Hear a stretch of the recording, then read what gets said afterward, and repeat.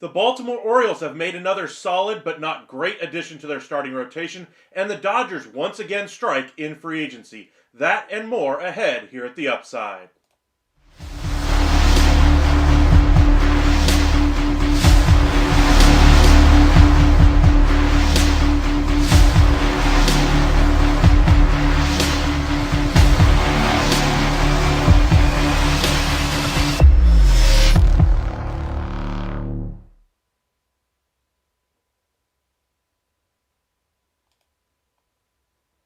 And welcome into the MLB Hot Stove Daily here at the Upside Sports Network. My name is Michael. Appreciate you guys joining us late on a Friday evening. A little bit later than usual start, but let's get into some of the headlines. First, the Baltimore Orioles add Charlie Morton on a one-year $15 million deal. Looks like this could be his final season. We speculated the other day that they were going to look at possibly the trade market for their number one on this staff, but they could look to make other additions to this rotation. We speculated the idea of a Max Scherzer. They opt to go with Charlie Morton. This tells me that the Atlanta Braves were never going to get up to the money that he was looking for. Sounds like the Braves are only going to do around $10 million, and that was only if they missed on every single other free agent pursuit that they undertook. So Morton still has something left in the tank. I think the Braves are just looking for somebody with a little higher upside, somebody else who might be able to, push their team over the top. Meanwhile, the Baltimore Orioles are just desperate for top-end starting pitching. They don't necessarily get it here with Charlie Morton, though. He's not a number one in a rotation. He never really has been. At his peak, he was probably a really good number two, but nowadays he's probably a 3 or a 4 at this stage in his career, and you just got to wonder about his availability. Now, what are the next steps for the Baltimore Orioles? Well, you're going to have to focus on the trade market. Right now, they've been connected to Jack Flaherty on the free agent side of things, but I don't necessarily see that as a number one in their rotation. We saw how poorly that worked out the first time around, but we'll see if they dip their toe back in that market. There are still headlines about them bringing in Dylan Cease, still headlines about Luis Castillo. We'll have to see how things kind of settle down over the next couple of days as to whether or not they're really going to push their chips in the middle for that, because over the last couple of years, they've really decreased their prospect pool just from people graduating to the major leagues and from the trades that they've made to bring in Flaherty and Burns. We'll see if they continue to go the trade route to address their rotation. Welcome in, Mark, Anthony, Nando, Verlis. Appreciate you joining us. Anthony and Willard, appreciate you guys joining us all once again. Nando, who is this Kim guy, and why didn't anyone else sign him? Well, today was the window, or was the closing for his signing anyway, in the with an MLB team. He was posted really early on in the off season, and you have 45 days to agree to a deal with the team. And there were probably 8 teams that are at least loosely affiliated with him, but nobody was specifically targeting him. There was hardly any rumors that we got out at all. The only team that we heard any connection to was the New York Yankees, and that was John Heyman basically speculating that they had some interest in him because they had kicked the tires on the idea. But that's about it. We didn't really get any rumors this entire time, and he ends up getting a 3-year deal with a opt-in anyway at the end of the deal as well. So I like the deal for the Dodgers. 3 years, 12. They keep their money down in this contract, and they get a very versatile glove-first defender who's going to be a kind of an on-base percentage guy, not a power guy. They certainly have plenty of guys who are glove players that can play at shortstop, players that they can move all around the diamond, utility type players, and he kind of adds another one to this good mix that they're going to have. Do I think they'll add one more piece out there? The one I'm referencing now is Nolan Arenado. Remember, he was really hoping to go to the Los Angeles Dodgers. While I wouldn't say the chances are absolutely zero, never going to happen, don't buy it. He'll never go to the Los Angeles Dodgers as long as he wants to play professional baseball. That's completely over. That's now. If there's a chance for a team to improve in any way possible, they're going to take it. Do I believe that there's a legitimate chance that it happens? No. But I'm not going to say the chances are zero. I think their position player group is pretty much set at this point. I think they're going to have to figure things out once they get to spring training as far as how they want to condense that roster a little bit. I hear all the time from Dodgers fans how they're going to have to, offload some of these guys via trade because they're going to have too many guys on the active roster at one point or another because of all the contracts that they've given out. But we'll see where they decide to go once we get to spring training. Remember, they're also going to be bringing back Clayton Kershaw and immediately putting him on the 60-day IL. That'll avoid the roster crunch issue as far as Kershaw, but they're going to have one once they get to spring training. That's a good problem to have, though. You'd rather have too many good players than too few. So, good problem there.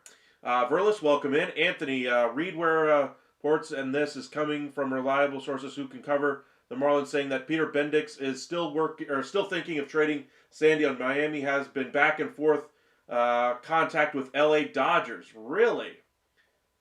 You're reading reports that the Dodgers and Marlins are talking about Alcantara? That would be incredible if they could get that starting pitcher there. They already are going to have 4 of the probably an ace on anybody's staff is what they have in 1 through 4. Snell, Yamamoto, Glasnow, and Ohtani. Now you bring in, say, Sasaki ends up coming in. You got Kershaw, and now you're saying about the possibility of them bringing in Sandy Alcantara. I have not heard too many reports on that at all. I'm sure they'd have some interest at the trade deadline if they have injury issues, but I'm sure Bendix is at least caging the market for what he could get for him now, so that he knows what teams are serious about bidding for Sandy Alcantara at the deadline. Do I think it happens right now? No. He's a very good starting pitcher. By very good, I mean he's an ace when he's on. You're not going to trade him when his value is at the lowest it's been in years. So I would look for the Marlins to hold on to him till the trade deadline, get him back and healthy, and get him going on the positive track there. Willard, no disrespect, but according to MLB Network, Astros upped their offer to Bregman. Let's see here. How do I put this?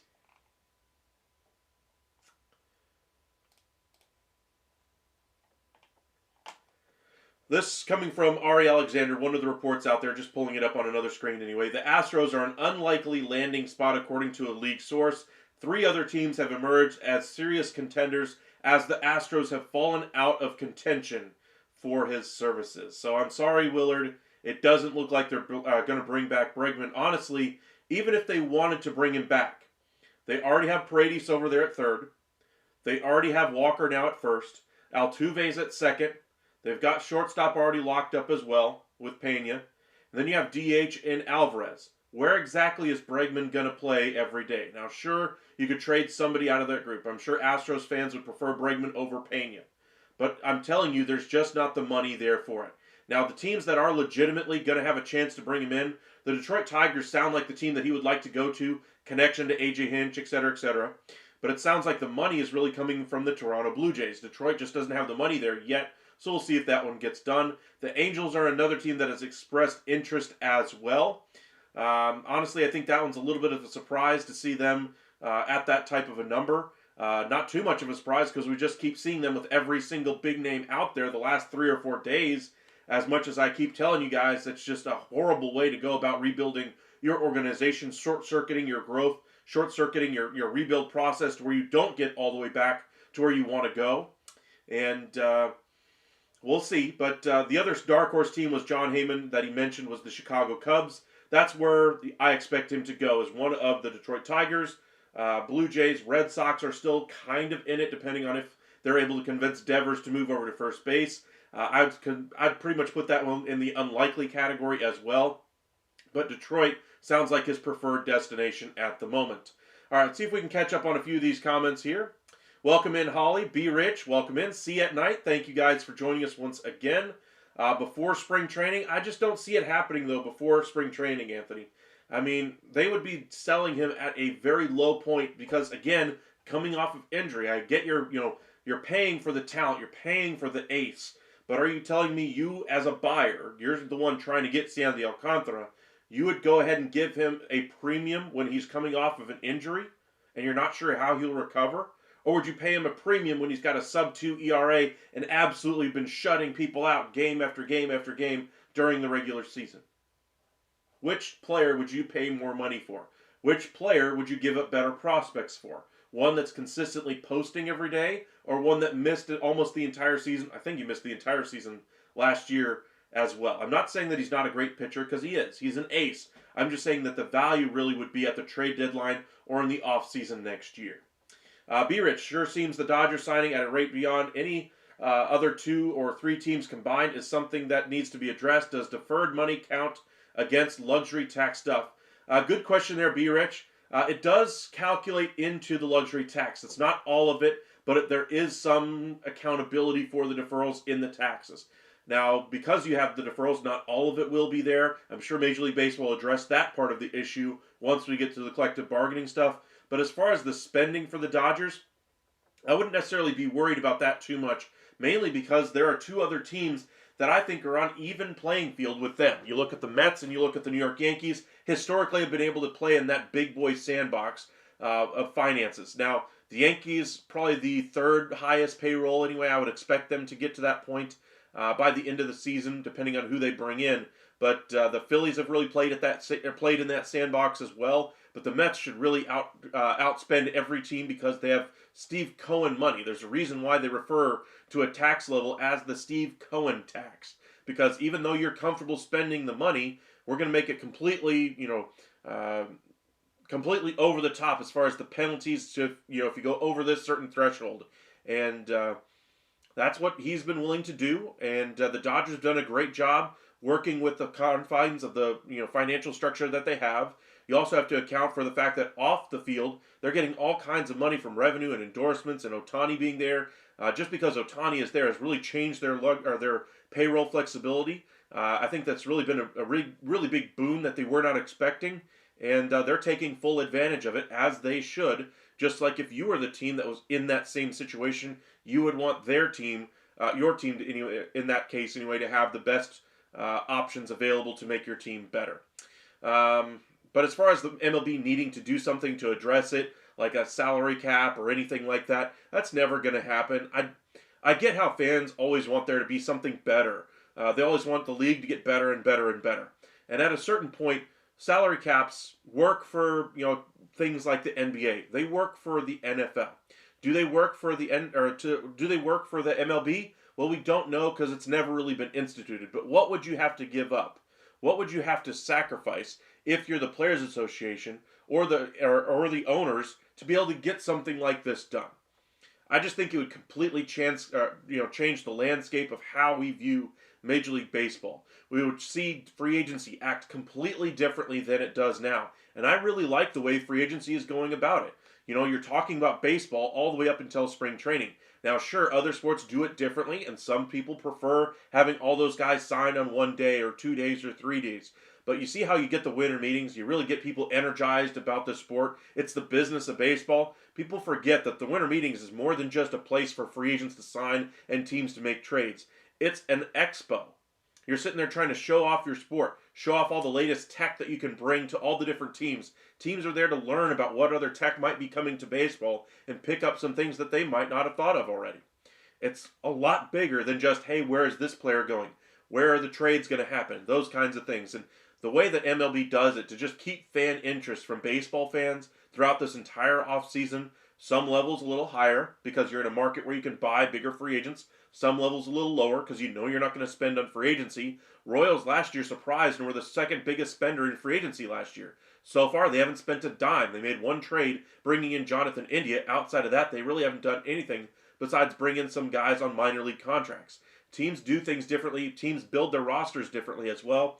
And, you can't really fault them for going, the draft and development approach when they're in a small market. Big markets, they have bigger resources. They can act differently. So, does it need to be addressed by Major League Baseball? I don't think so. I don't see anything completely out of whack. I still think teams are able to compete both at the lower end of the spectrum in the small markets as well as the big market teams. How they go about it is vastly different, but I still think they're very comparable ways to try to win. For instance, the Guardians were a very good team in the American League. Nobody really thought they had a chance, yet they get to the ALCS.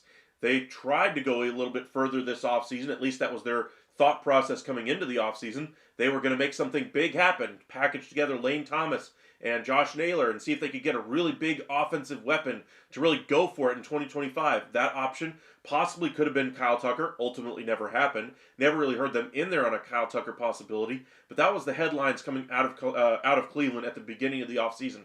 Ultimately, they do what the Cleveland Guardians have always done. Turn expiring deals into future assets, recoup some of the value that they're losing in free agency by filling out their roster with what they're giving away. Carlos Santana coming in to fill the hole left by Josh Naylor. They save a bunch of money by trading away Chris Jimenez, bring in a cheaper option and a prospect in Horowitz. They quickly flip Horowitz to the Pittsburgh Pirates, who need offense, to get 3 more pieces. It's just a different way of building teams, and there's nothing wrong with it. I just think it's different, and that's about it. Alrighty. Hypothetically, if the Dodgers bring him in via trade the offseason before the before spring training, which of the guys on their current rotation do they move? Do they move? None. Their current rotation is Yamamoto, Glasnow, Ohtani. I guess you could consider him in the rotation, even though I think he's going to miss the first month of the year from pitching at least. And Blake Snell. So Snell, Glasnow, Yamamoto, and Ohtani. Number 5, I guess you would say, is Tony Gonsolin. Maybe they include Miller, I guess, as the hopeful piece going back to the Marlins. But I think we're still way too early on that conversation for Alcantara. See at night. Deferred does not count. They need to change that rule. It's calculated on present day value, which is why Shohei Ohtani's deal is in the $450 million range, not $700 million range. 70 per year, which it should. Again, that's present day value, which is what you're mentioning there. That's still part of that deferrals included in that quote-unquote present day value of the contract. So does it count full value? No, but it does account for the present day value of the deal. Willard, his not worth the money thanks to his agent. I mean, Ohtani is absolutely worth all the money there. Alrighty, let me see if I can catch up on a few of these comments. Appreciate you guys joining us. Demon D, Lucas, welcome back. Alrighty, also Logic says lighter trade would be selling low, but Honesty Val recognizes 1, he's at a critical age, 2, past season was best he's shown yet, and 3, if not good this year, he becomes worthless to boot, I guess is what you're trying to say. It is a critical year for Leiter. I would agree with you there. Texas had that issue with Owen White last year. You see where they're at this year with him. They had to DFA him. You look at the Los Angeles Dodgers, who had a really high-touted prospect in Diego Cartaya that they were bound and determined to hold on to him and hold on to him and hold on to him. Ultimately, they held on to him too long. In the addition of Kim today on their roster, they had to designate him for assignment as well. Do I think Leiter's in that much jeopardy, at least if he really struggles this year and he might be DFA'd next year? No. I think the Rangers would still be able to hold on to him, or at the very least be able to pawn him off to another team if it got that far down the road. But you're right there. It is a critical time for lighter as well. Yo, welcome in, Demon. Mavs went from ruining my sleep schedule and my health to ruining my mental health simultaneously. Well, I would say this. If you're a Mavs fan, don't pay attention to the box scores. Don't pay attention to the record. It's going to be a rough month because you don't have Luka. You're missing a couple of guys out of the rotation right now due to suspension, injury, etc. And it's going to be a long time until they get their full complement of players back. And at best, you're hoping for a 500 record without Luka. I think you're probably looking at a under 500 record though at this point without Luka. My dark horse team that nobody's talking about for Alex Bregman is the Nationals. That is a little bit of a surprise there. I kind of see the point, but C.J. Abrams I thought was their future there. I get he was demoted at the end of the year, service time, teaching the guy a lesson as well, kind of an issue there. If they want to bring in Bregman, now's the only real time they're going to have a chance to do so. I would argue he's probably a little bit better than Bo Bichette on the market, just because Bo Bichette right now is a little bit beneath the player Alex Bregman is, because of Bichette had a down year last year. I think Bichette is probably a more valuable piece on the whole, though. I think he's able to have a nice rebound season. Will probably do better than Bregman does in free agency this year. But Bregman is looking for 7 at 200, 210 this offseason. I think he'll get close to it. We'll see where he goes, but I would say the Tigers are still the favorite there as far as I'm concerned. Verlis, I read on Twitter that that Bregman and the Tigers were close to a deal. Just rumors, I'm sure. I would agree there. I haven't heard anything about the money really being solved from the Detroit Tigers end of things, but I'm sure they're continuing to work on it. Welcome in, Mats. Appreciate you joining us. If you're new here, make sure you guys hit that like and subscribe. Got about 60 of you guys with us right now. Let's see if we can bump up those likes on the video and hit that subscribe if you haven't joined us already. I'll bet they move Paredes to left field and Astros keep Breggy 6 for 175, no state tax. I don't think Crane would go up that high as far as average annual value for Bregman, even though I think he'd be a great fit for them. I think Paredes could handle left field if they need him to, but I don't think there's any way he goes back to Houston on that number because I don't think Crane is willing to pay that type of number. Sure, the contract numbers get closer to what he's looking for as far as what Jim Crane is looking for, but the long-term deal, having that that guaranteed money on his contract from wherever he would sign for say $200 million, I think is where he's going to go, and I think Detroit will likely be the one that gets the job done.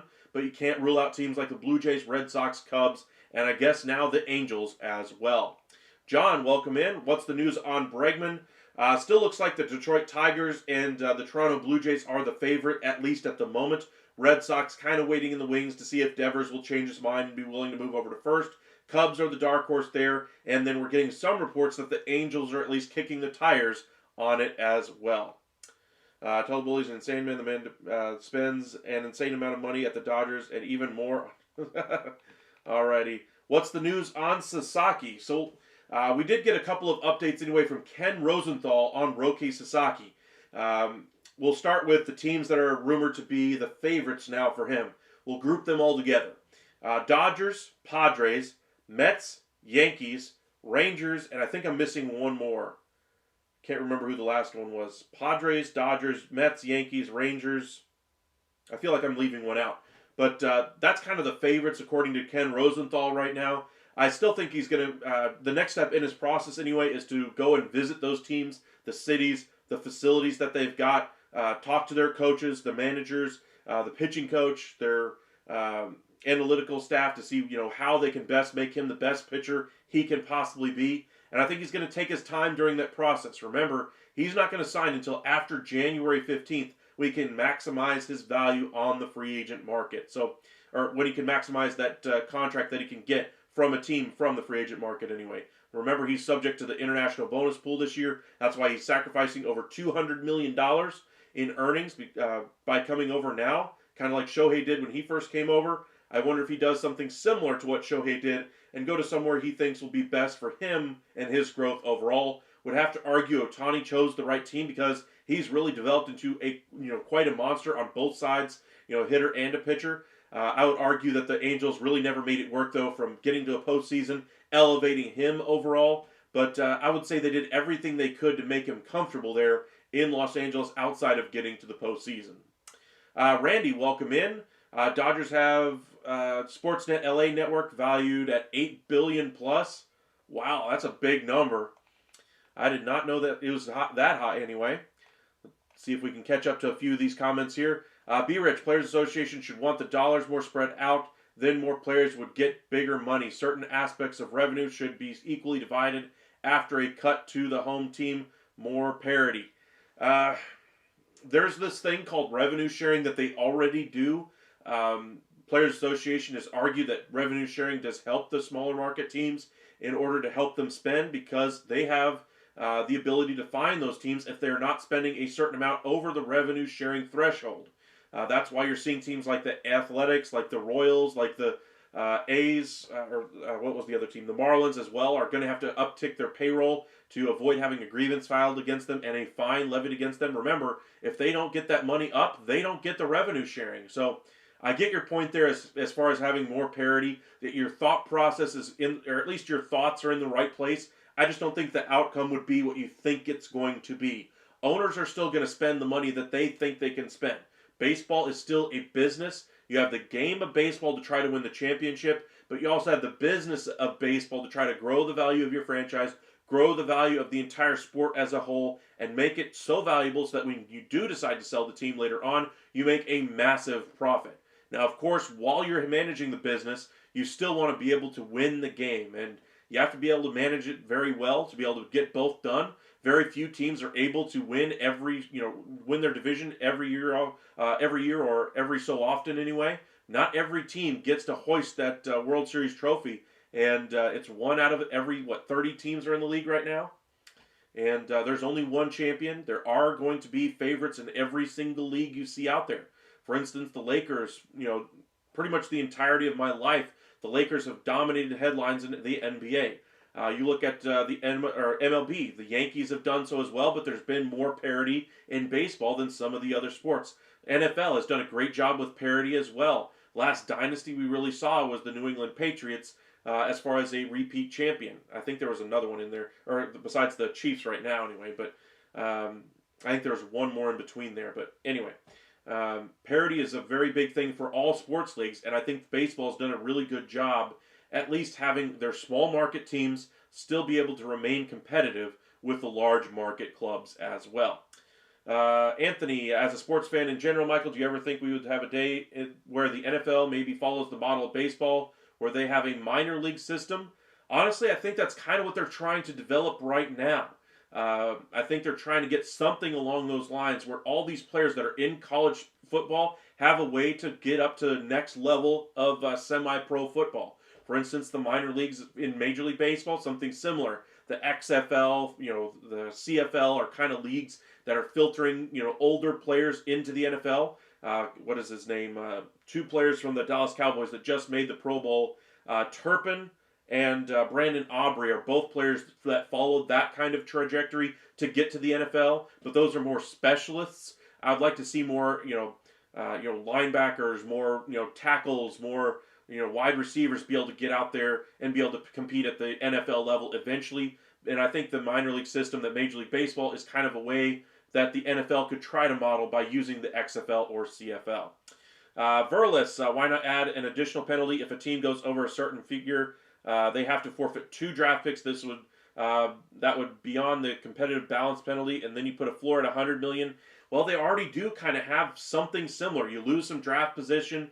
You lose international bonus pool slots. You lose the ability to do certain things with your money once you get over a certain level of payroll. You can still, of course, spend and spend and spend, but at a certain point, your ability to recruit the way smaller market teams are able to do so starts to get a little bit more restrictive. And, maybe you would, be more in favor of stricter penalties as far as that's concerned. I'm sure baseball would think about something like that for the Cohen tax specifically, really making it more punitive instead of just decreasing the spot as far as, where you draft in the first round, or if you have the pick at all, how many picks do they take away? In the past, that's why the Players Association argued against having a compensation system attached to qualifying offer players and having it less punitive, because they were seeing their players get hurt by not having more money go to them because of how punitive those measures were.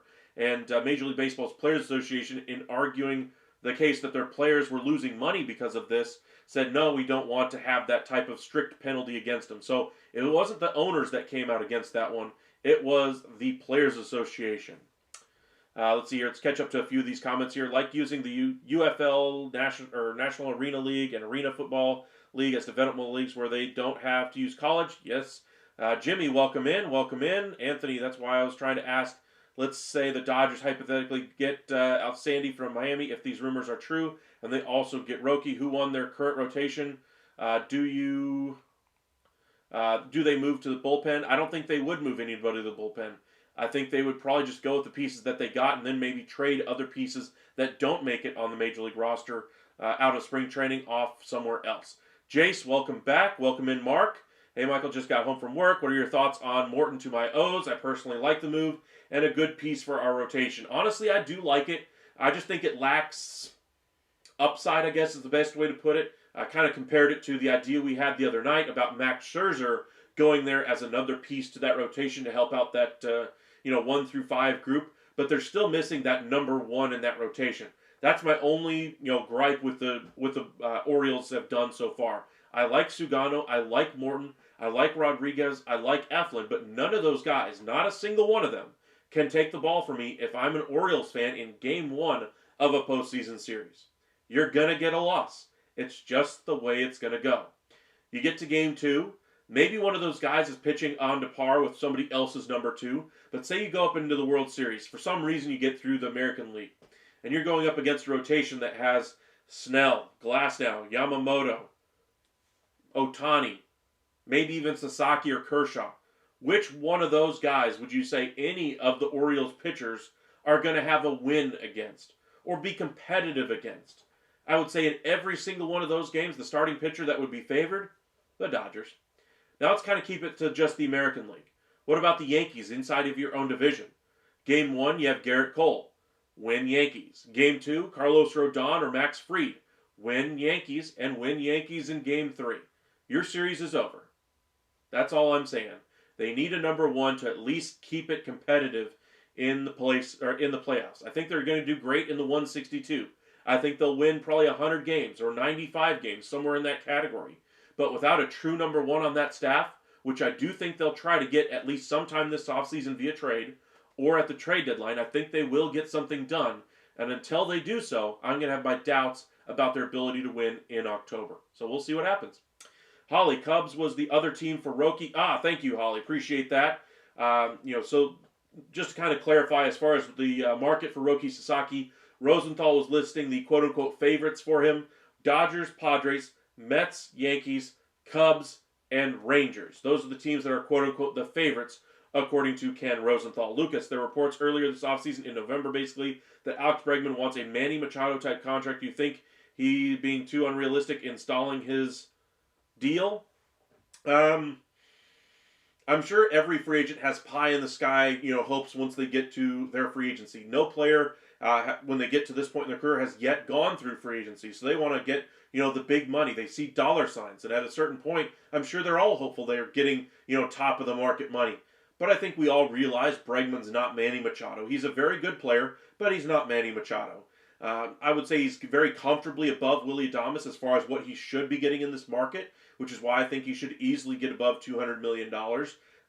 As far as where he's going to go, I think the most money on the table is probably going to be from the Blue Jays. I'm sure that number is well over $200 million right now. But if he is able to get a deal comparable at least to what he would be getting with the Toronto Blue Jays, I think he will sign with the Detroit Tigers.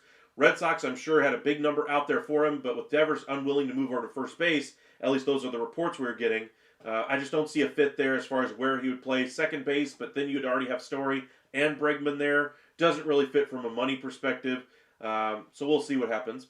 Anthony, Michael, do you agree with me? I feel like Dylan O'Day was one of the most underrated relievers that nobody talked about because he played for, and there was other guys who were more dominant. You mean Darren O'Day? I remember Darren O'Day. He was fantastic. Ranger, Oriole, he was great. Just sad the way he blew out his arm. I think he played for the Braves as well for a period of time. B-Rich, if you were running an MLB team, I wouldn't touch him with any long contract, especially at any significant dollar. For who? Bregman?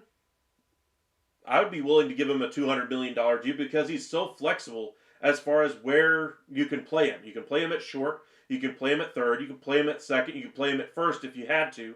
But I think his best position is probably third base at this point. I think his bat has been one of the most consistent bats, but never really reaching the highs that we expect for him. I think pretty much everybody thought when he came into the league that he was going to be hitting, 280 to 300 every single year. And while he's been close to that several times, he's usually around 260, 270, somewhere in that category. The power is certainly there, but I think he's taken advantage of the ballpark that he plays in with that right-handed swing of the Crawford boxes there in Houston. I'm not saying that he's not a good player, but at the same time, he does have his limitations, so I get the point as far as, why you wouldn't be willing to give him significant money. But when you look at other players of his ilk, players that are comparable to him, for instance, Willy Adames, and what the market was for him, Adames is a more limited player than what Bregman is. Bregman has the playoff pedigree that Adames does not. And yet Adames got 7 for 182. Bregman's going to beat that number. And I get that some teams might be hesitant because he hasn't reached that ceiling yet. And it's a big number out there. Small markets aren't necessarily going to play for this kind of a contract. And if they do, it might be the only big one they're able to get done. So I get the hesitation there. But he's going to do very well in free agency. Alrighty, let's try to catch up on a couple of these comments.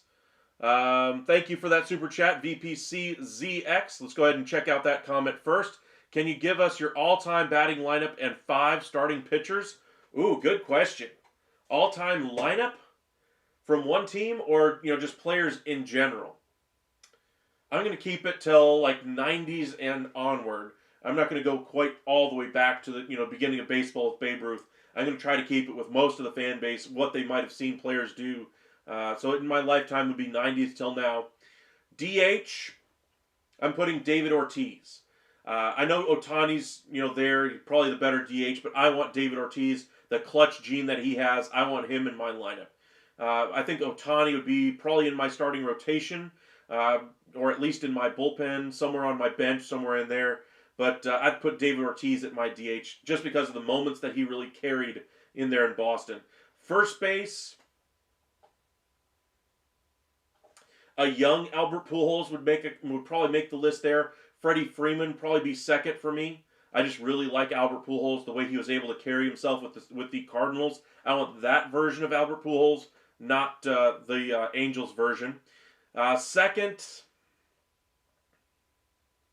at second base from the 90s on, maybe Roberto Alomar. He would be up there for me. Shortstop, Jeter, A-Rod comes to mind.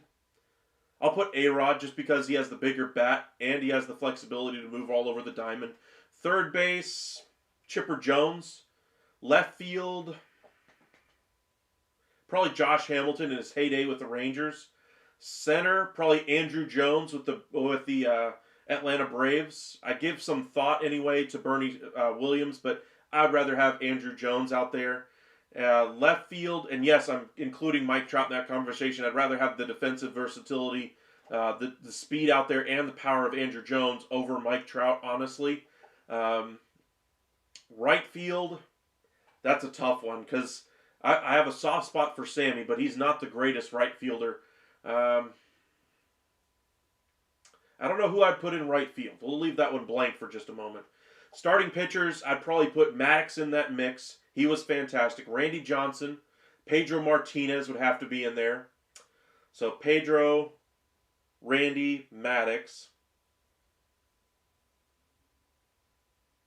Smoltz, maybe? He might be my closer. Mariano would be the closer.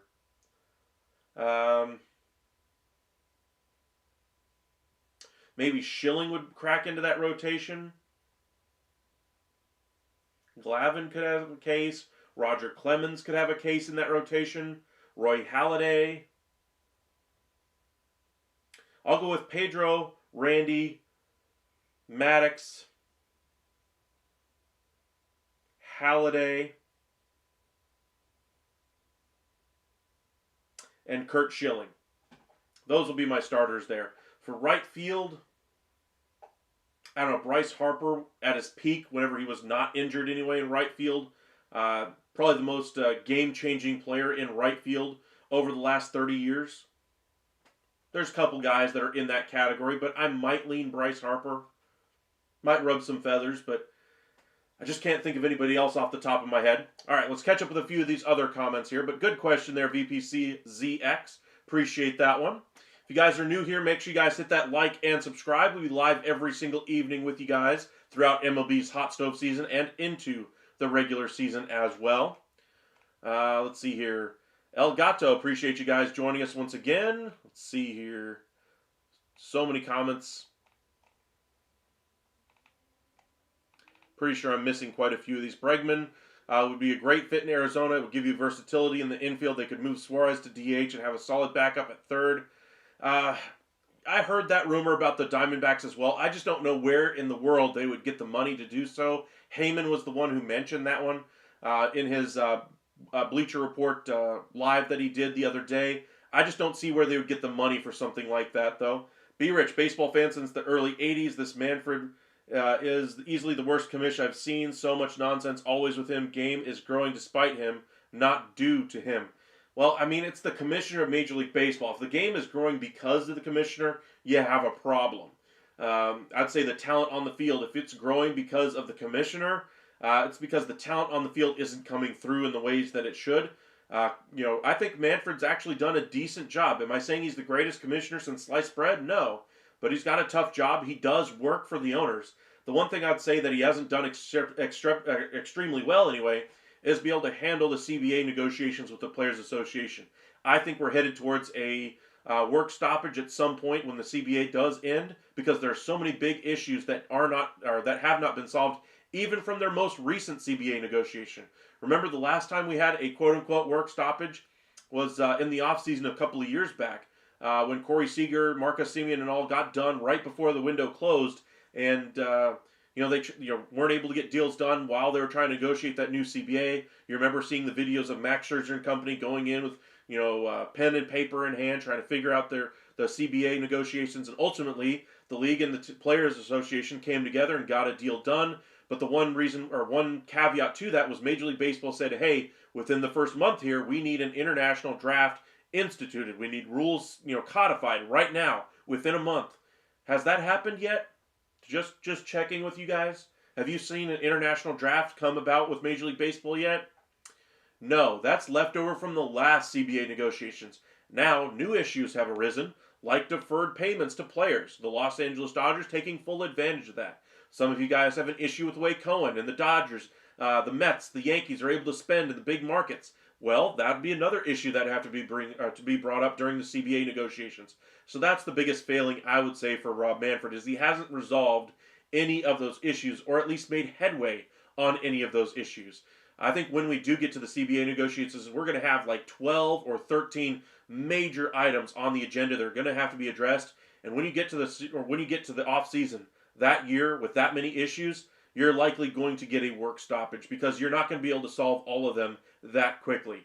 It's going to take some time, and we could actually see a shortened season as a result. So I'm hoping it doesn't happen, but that's the one thing I would say Manfred has really failed at, is getting the things done that were supposed to have been done in the last CBA, or negotiating any of these other issues that have come up so far before they get to the next negotiation window. So we'll see.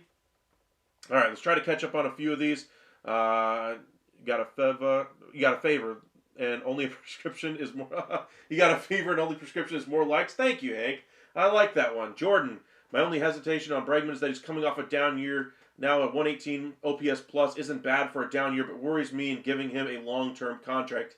Yes, but he's so young as well. He's 28-ish, I want to say. See, give him a 7-year deal that takes him to his age 35 season. You got to imagine the speed probably drops off year 33, 34, 35 of that deal. So you're at least getting 4 years of prime Alex Bregman, an impact bat, playoff pedigree, the leadership values that he brings. He's going to be worth that $200 million.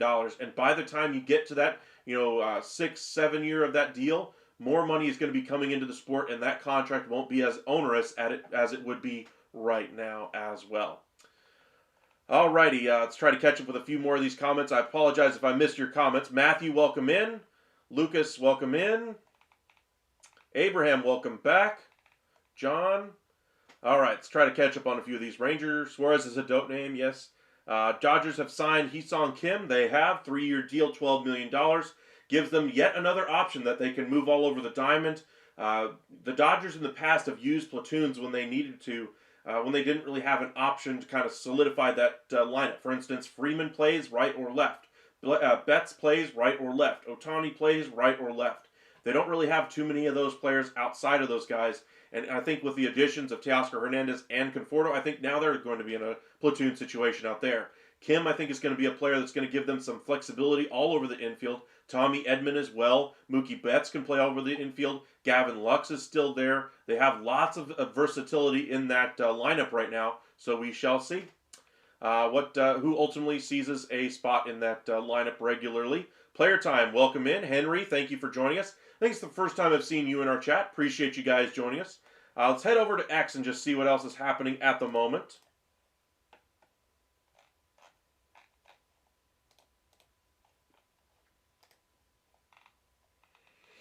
Alrighty, doesn't look like anything yet. Those are the two big additions there. MLB Trade Rumors posting it for you.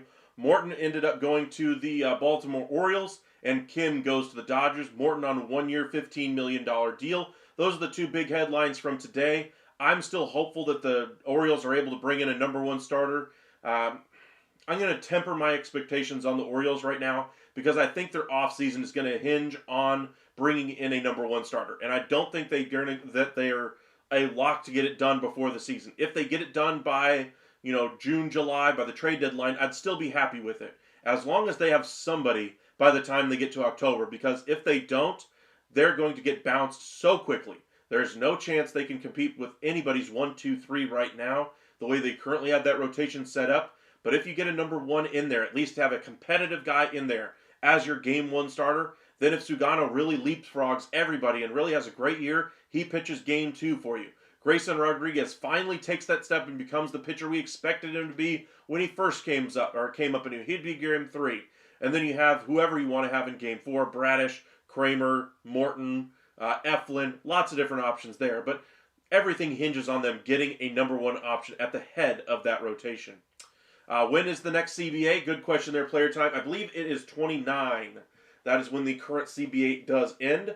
Be Rich, I hear you touting Bregman doesn't seem to describe the guy I see. Seems a Crawford box creation and rapidly declining player. Petulant child, not a leader of men. Maybe I'm missing something. I wouldn't say petulant child. I would say he does have his brashness, but that's what the Astros really have been, the last 7 or 8 years. That's the reason why I found them completely unwatchable.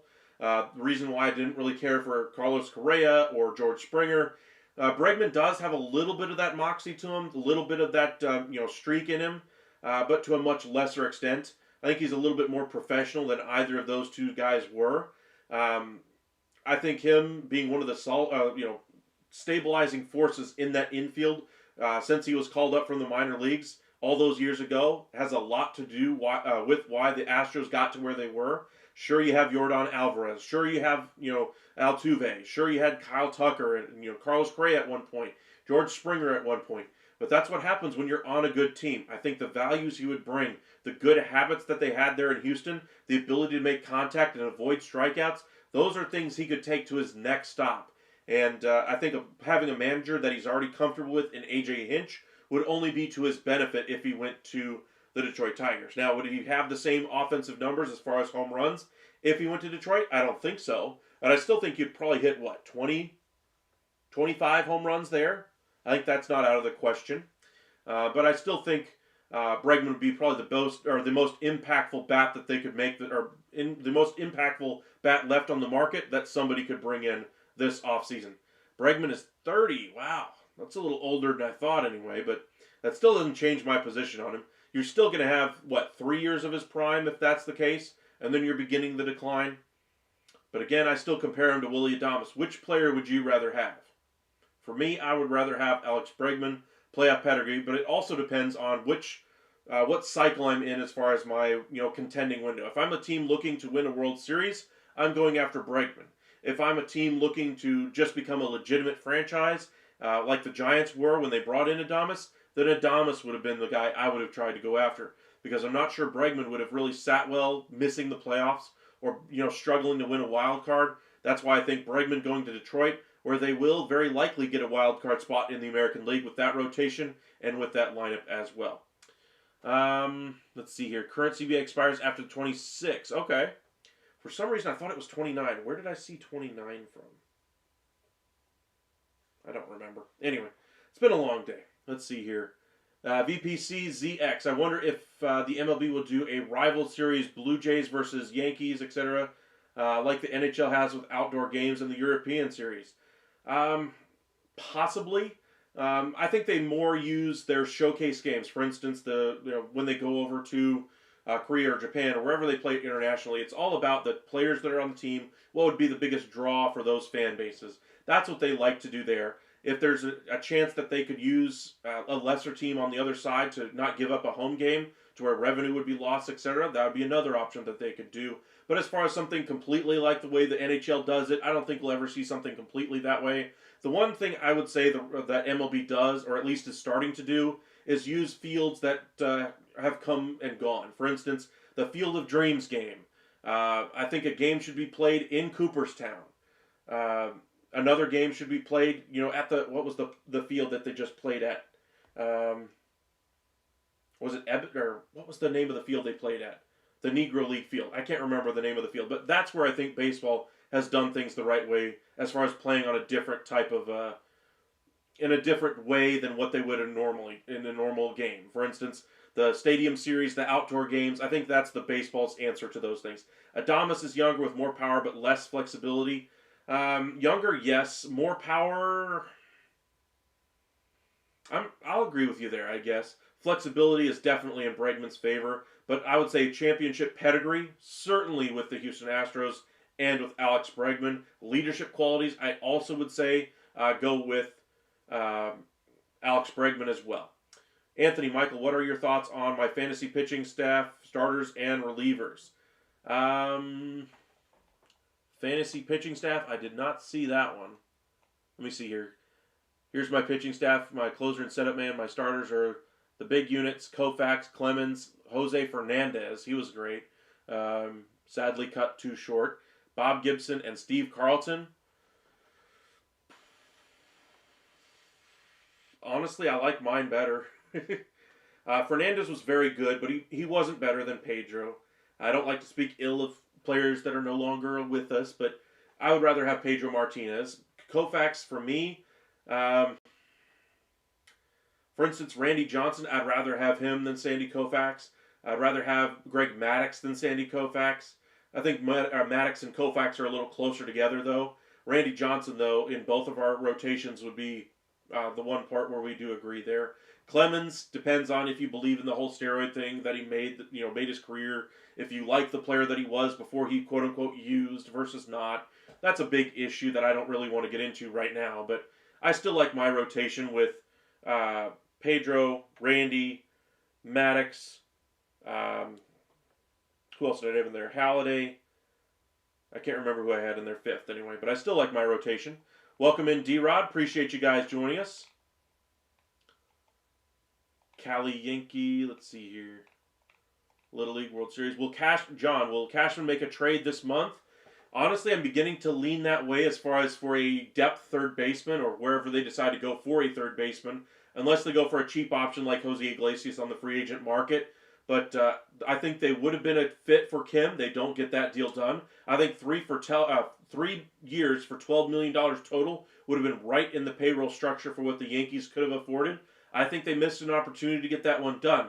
Of course, he decided to go to the Los Angeles Dodgers. No big surprise there. The Dodgers seem to get any player that they have identified as a fit for their roster.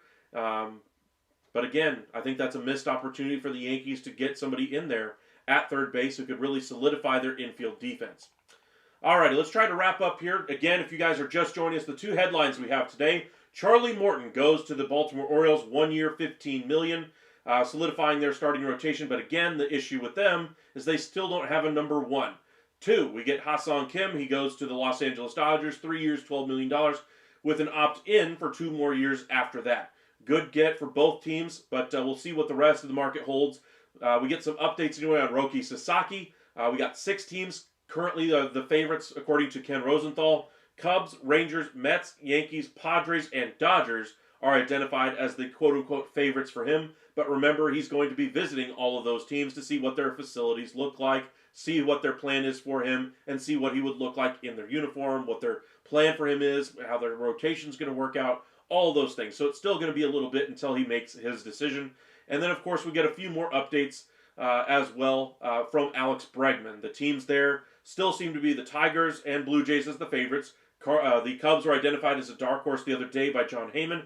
Red Sox were seen as a favorite, but are still on the periphery. The thought process there was Devers was going to move over to first base. Well, Devers basically has let it be known he is not willing to move off a third for Alex Bregman. So doesn't look like the Red Sox are going to really bring him in. Then, of course, the not-so-surprising surprise of the day, the Angels, looking to make a big splash, may consider Alex Bregman.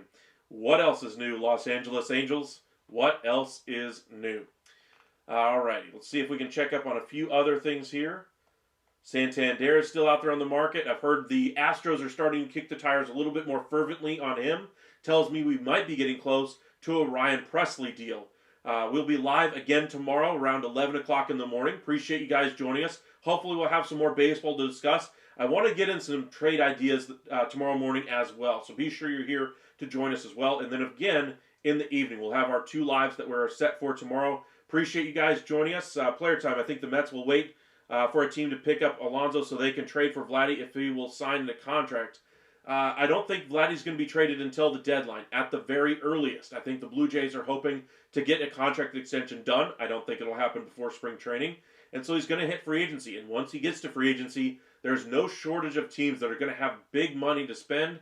And while the Blue Jays are going to be right there with them financially, I'm just not sure he wants to go back there for the whole nostalgia of it all. They don't really have a bright future there in Toronto without him and Bo Bichette coming back. And even if those two guys were there, there's no guarantee they would even compete for a wild card the way they're currently set up. But we'll see what the Blue Jays do. They got to push their chips to the center. They could be in for a long several years here if things don't break their way with Vlad Guerrero Jr. To your point about the Mets, possibly having him go somewhere else so they could pursue Vlad Guerrero Jr., in theory, that makes sense, but you always want to try to win. Remember, they just were in the NLCS. Taking a step back, even when you bring in Juan Soto, because you're not going to have somebody there in that lineup to protect him. Sure, you have Vientos, etc., but having somebody of Alonso's power in that lineup behind Juan Soto really lengthens out that lineup in ways that the Mets would not be able to when they do not have Alonso in that lineup. Now, maybe they bring in Vladdy, at the deadline. Maybe they go out there and shell out the pieces for it. That would be one option. But I just don't think you can count on that because I think the Blue Jays are going to try to ride this one all the way down to the end of the season and just see where they're at, see if they can get a deal done. Anthony, Michael, do you think what fans forget is the previous commissioners before Rob didn't have to deal with free agency to the extent he has, or am I giving him too much leeway? A little too much. I mean, Selig had to deal with it to some extent, but Manfred has had to, shepherd free agency in ways that other commissioners have not. For instance, right now he's got to deal with the whole deferrals in the contract issue. That will be something that is going to be addressed in the next CBA. VPC ZX trade Bo to the Cubs for Dansby Swanson. I mean, that would be kind of what the Blue Jays just did with bringing in Chris Jimenez, long-term big money deal going there. Horowitz going out. Bo Bichette 1 year to the Cubs for them going quote-unquote all in. For Dansby Swanson, honestly, I don't like it really for either team. I think Dansby Swanson is just fine in the Chicago Cubs uniform. Defense really plays there. Is Bo Bichette a better player? I would probably agree. And I think he's going to have an even better season this year, and then he will cement himself as a better player than Swanson. But I wouldn't say that Swanson's a bad fit for the Cubs. Now, as far as maybe wanting to upgrade your roster, at a certain point, you're just going to have to get better players around the ones you had there in Chicago and just live with what you got already. You can't continually try to trade up the one piece on your roster, say, okay, we got Paredes. Now we're going to trade him and bring in Tucker. Now we got Tucker. We're going to trade him and go after Judge, for instance. You can't keep doing that. At a certain point, you're going to be stuck with what the player you have left, and you have to build out your roster. Remember, your lineup is 1 through 9, not 1 through 1. So building out a better roster around Dansby Swanson, around Kyle Tucker, around the pieces that they have there, I think is the better way to go. As for the Blue Jays, getting a long-term option if they think they're going to lose Bo for nothing in free agency would be a good move for them. But I think that they're going to have their work cut out from them as far as trying to compete over the next 3 to 5 years if they lose Bichette and if they lose Guerrero. I think the best course of action would be to try to go after 1 year type of guys, 2 year type of contracts to really maximize their value via trade. Kind of like what I would hope teams in rebuilding situations like the Angels should be doing. I think that's where the Blue Jays are inevitably going to be headed. Alrighty, thank you guys for joining us. Just crossed the 1 hour threshold. If you guys are new here, make sure you guys hit that like. Follow us over on X at Upside Ascend and on Facebook, Upside Sports Network. D-Rod, do you think teams are waiting for the Cardinals to add more money to trade Arenado, or will he stay in St. Louis? I don't think he's going to stay in St. Louis. I just don't see a team out there right now that has an obvious hole in their lineup. Now, say we get to spring training and we see a player at third base, tear their ACL, or a DH go down, or a first baseman go down. Then we could see a market really open up for Arenado. But right now, I just don't see an obvious fit. I do think he'll be traded before the start of the season. I think the Cardinals are hoping to move him before spring training because they want to use those at-bats on their young guys. Arenado wants to go somewhere else, and I think they'll accommodate him wherever they're able to get a move done. So we'll have to see where he goes. He might have to go to a team that he doesn't necessarily think is a great fit for him, but it's going to be better than where the Cardinals have been, or where the Cardinals are going to be this year. Alrighty, thank you guys for joining us tonight. Appreciate you guys. Happy New Year, everybody. Stay safe out there. It's a crazy world we live in, and hope all of you guys had a great New Year's. Were safe, had a good time with your friends and family. Again, we'll be live tomorrow around 11 o'clock Central Time. Be sure to hit that like and subscribe, and we'll see you tomorrow at 11. Y'all have a great night. Happy New Year, everybody.